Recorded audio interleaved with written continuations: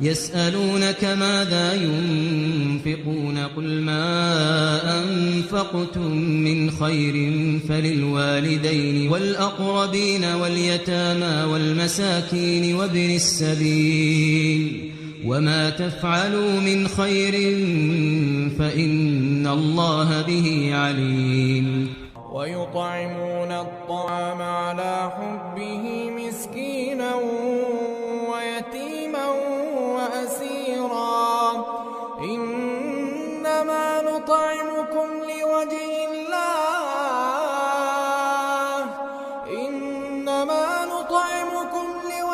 الله لا نريد منكم جزاء ولا شكورا إنا نخاف من ربنا يوما عبوسا قمطريرا فوقاهم الله شر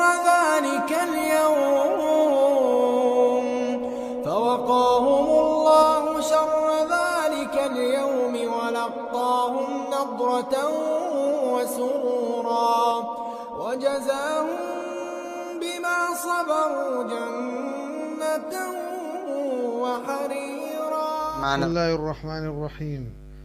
نحمد لله أولا ونشكره ثم نقدم الشكر الجزيل لكل المحسنين الذين أنفقوا وساعدوا الأيتام والفقراء في الصومال، ومن صدارة من أثلج قلوب المساكين والأيتام فرحا وسرورا أخونا محمد حرب وعائلته الكريمة وأصدقاءه الذين تبرعوا 13 خروفا مع الأكل والشراب، فنسأل الله أن يغفر لهم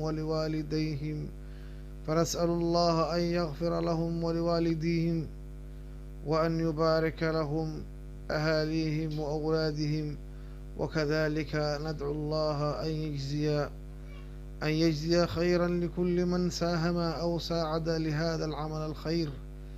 اللهم آمين اللهم آمين. ثم نشكر منظمة الإغاثة الصومالية في شمال أمريكا برئاسة الشيخ آدم محمد عيسى حفظه الله ورعاه، وبمناسبة التي هي إدعام المساكين والفقراء والأيتام قد استفاد منها ما يقارب 100 شخص، ونرجو منكم استمرار مساعداتكم للأيتام والفقراء كما قال ربنا وافعلوا الخير لعلكم تفلحون. والسلام عليكم ورحمة الله وبركاته. يسألونك ماذا ينفقون قل ما أنفقتم من خير فللوالدين والأقربين واليتامى والمساكين وابن السبيل وما تفعلوا من خير فإن الله به عليم.